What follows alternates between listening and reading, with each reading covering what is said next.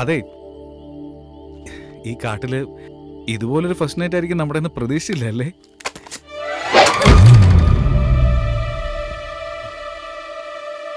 അതെ, നമ്മൾ രണ്ടുപേരും പരിചയപ്പെട്ടതിന് ശേഷമുള്ള ഫസ്റ്റ് നൈറ്റ് എന്നാ ഞാൻ ഉദ്ദേശിച്ചത്. അതെങ്ങനെ മനസ്സ് നന്നായിരിക്കണം. എൻ്റെ അമ്മോ. ചേച്ചി കമ്പിളി അങ്ങോട്ട് കൊടുത്തേക്ക്. താങ്ക് യു മോളെ. നിന്റെ പേരെന്താ? ചന്ദ്രിക. ഈ ചേച്ചിയുടെ പേരോ? മീര. Okay okay. ഇനി മോള് പോയി കേട്ടോ, എനിക്ക് കുറച്ച് പണിയുണ്ടേ. വരട്ടെ ചേച്ചി. വരട്ടെ ഏട്ടാ. ഏട്ടനല്ല, മാമൻ. ശരി അങ്കിൾ. ശരി മാമ. സ്നേഹത്തോടെ അവള് മാമാന്ന് വിളിച്ചത്. ഏയ്, വിളക്കണക്കണ്ടേ? വേണ്ട. നമ്മൾ എപ്പോഴും നമുക്കൊരു വിശ്വാസം ഉണ്ടായിരിക്കണം.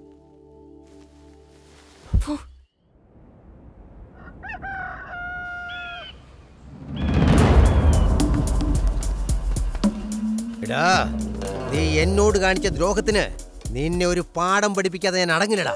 സ്കൂളിൽ പോയപ്പം പഠിച്ച പാഠം പോലും ഞാൻ പഠിച്ചിട്ടില്ല.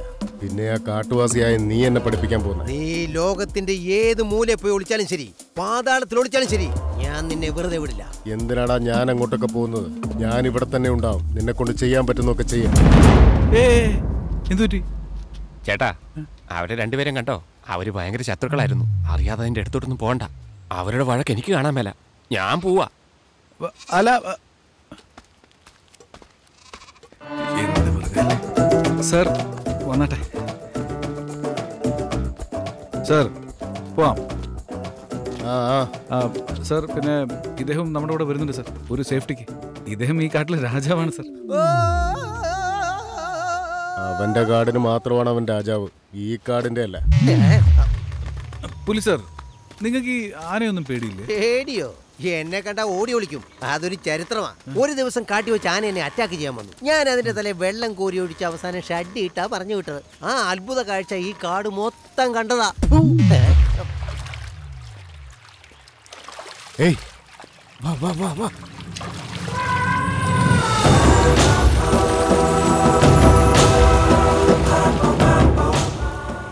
ഏതാനെ വേണമെന്ന് സെലക്ട് ചെയ്തു.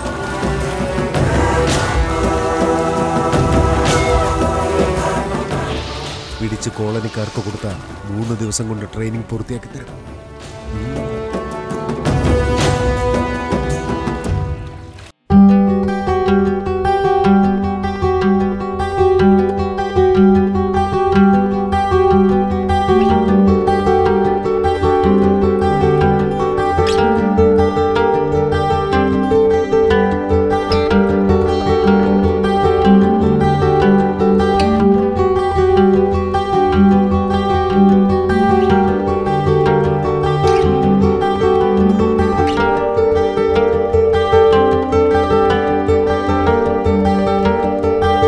ആന മതിയാക്കി സർ. പക്ഷേ ഒരു കാര്യമുണ്ട്, ഇവരിത് എങ്ങോട്ട് പോയി? കാളി കാളി കാളി ഇതാ വരുന്നുണ്ട്. കാളി, നീ കാട്ടിൽ റൗഡിസം കാണിക്കുമല്ലേ? എടാ പന്ന.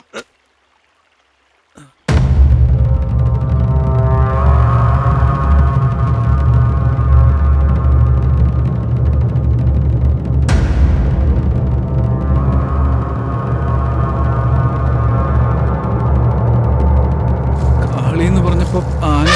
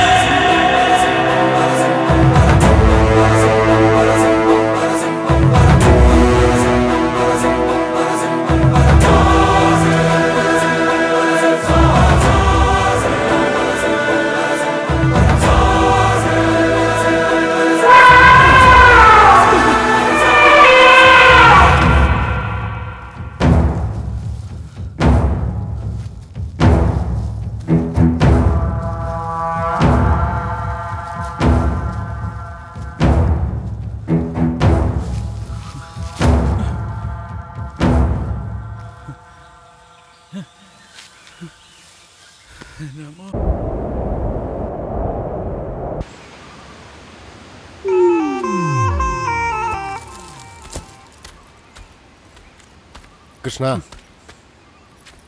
എന്നെ ഒറ്റയ്ക്കാക്കിട്ട് നിങ്ങൾ പോയില്ലേ?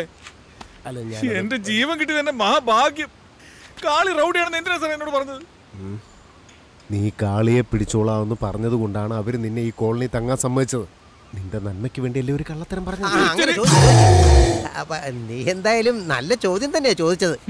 കാട്ടിലെ രാജാവ് പുലിയുടെയും സിംഹത്തിന്റെയും കൂടെ നീ കബഡി കളിക്കുന്നല്ലേ?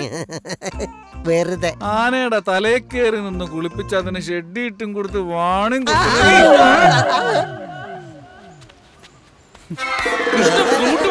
കളിയാക്കിയല്ലേ? എന്റെ പേഴ്സണാലിറ്റി ഫിഗറും കണ്ട് നീ വിശ്വസിച്ചിട്ടുണ്ടെങ്കിൽ അത് നിന്റെ തെറ്റല്ലേ? ഒന്ന് വെച്ചോ. എല്ലാ ആനകൾക്കും നല്ല ശക്തിയുള്ളതാണ്. എന്നാ കാളിക്ക് 10 ആനയുടെ ശക്തിയാ. അതുകൊണ്ടാണ് ഞങ്ങൾ അവനെ എപ്പോഴും ഭയക്കുന്നത്. അയ്യോ, നിങ്ങൾക്ക് ഇത്രയും പേടിക്കാന്ന് പറയുമ്പോ പിന്നെ എന്റെ അവസ്ഥ എന്തായിരിക്കും? ഇതിനേക്കാളും നല്ല ഞാൻ ഒരു സന്യാസാവുന്നതാ.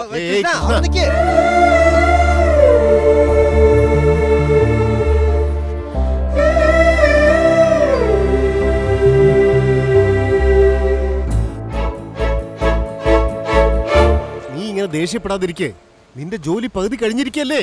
കാളിയും നീയും തമ്മിൽ എന്തോ ഒരു ബന്ധമുണ്ട്. അല്ലെങ്കിൽ അവൻ നിന്നെ ജീവനോടെ വിടുവോ?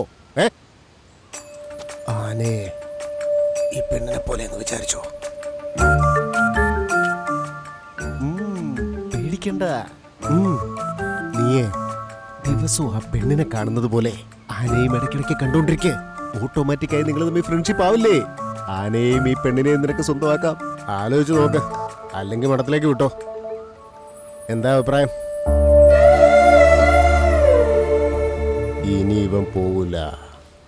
എടാ മോനെ, നീ ബാഗ് തിരിച്ചുകൊണ്ട് വെക്ക. ഈ കാട്ടിലുള്ള ജീവികളൊക്കെ എവിടെയാ ഉള്ളതെന്ന് എനിക്കറിയില്ല. എന്താ നിന്ന് കളഞ്ഞത്?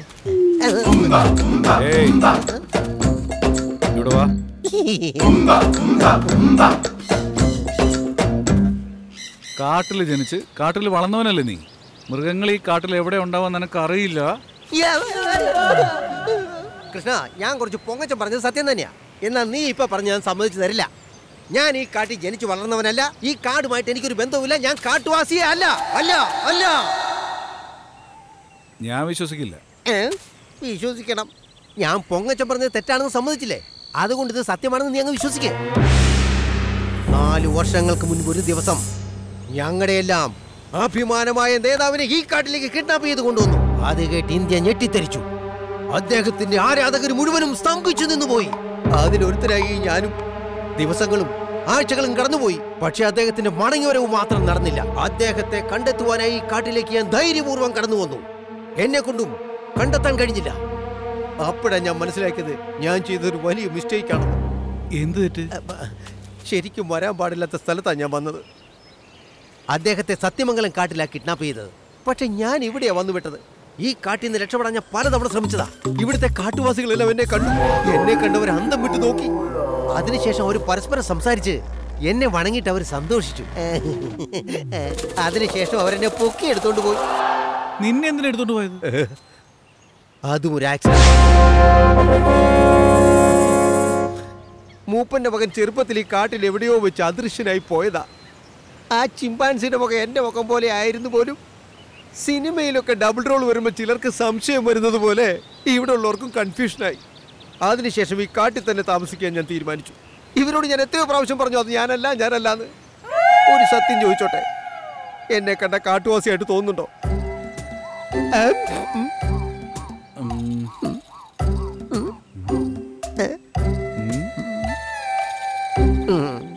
കുറെ കാലം കഴിഞ്ഞതിന് ശേഷം ഞങ്ങളുടെ ഹീറോ പുറത്തിറങ്ങി. എന്നാൽ അദ്ദേഹത്തിന്റെ ആരാധകൻ ഇത്രയും വർഷങ്ങൾക്ക് ശേഷവും ഇതേ കാട്ടിൽ തന്നെ കഴിയുക. എന്നാലും എന്റെ നേതാവിനോട് എനിക്ക് സങ്കടമില്ല. അദ്ദേഹത്തിന്റെ വാക്കുകൾ മറന്നിട്ടില്ല. നേതാവേ, എന്റെ അളിയാ, നിങ്ങളെ പോലൊരു അഭിമാനിയെ എനിക്ക് സഹായിക്കാതിരിക്കാൻ പറ്റും അളിയാ. ഞാനും അങ്ങനെ തന്നെയാണ് ബോസ്. എന്നെ ഈ കാട്ടിൽ നിന്ന് പുറത്തേക്ക് കൂട്ടിക്കൊണ്ടു പോകും. എന്നാ നീ പറയുന്ന എന്ത് ഞാൻ അനുസരിക്കാം. ഇന്ന് നമ്മൾ രണ്ടുപേരും കണ്ടുമുട്ടിയെങ്കിൽ അത് ദൈവനിശ്ചയമാണ്, മുജ്ജന്മ സുഹൃതം. എന്നെ ഇവിടുന്ന് പുറത്തെത്തിച്ചാ നിന്നെ ഒരിക്കലും ഞാൻ മറക്കില്ല. വില്ലാളി വീരൻ, വീരശൂര പരാക്രമി, ഭാരതരത്നം, കലാ തപസ്വി, നമ്മുടെ നാടിന്റെ അഭിമാനം. 500ഓളം സിനിമകൾ അഭിനയിച്ച് മലയാളികളുടെ മനം കവർന്ന, എല്ലാവരുടെയും കണ്ണിലുണ്ണി, അഭിനയ കുലപതി, നമ്മുടെ എല്ലാമായ lieutenant colonel doctor Bharat Padma Bhushan Mohanlal.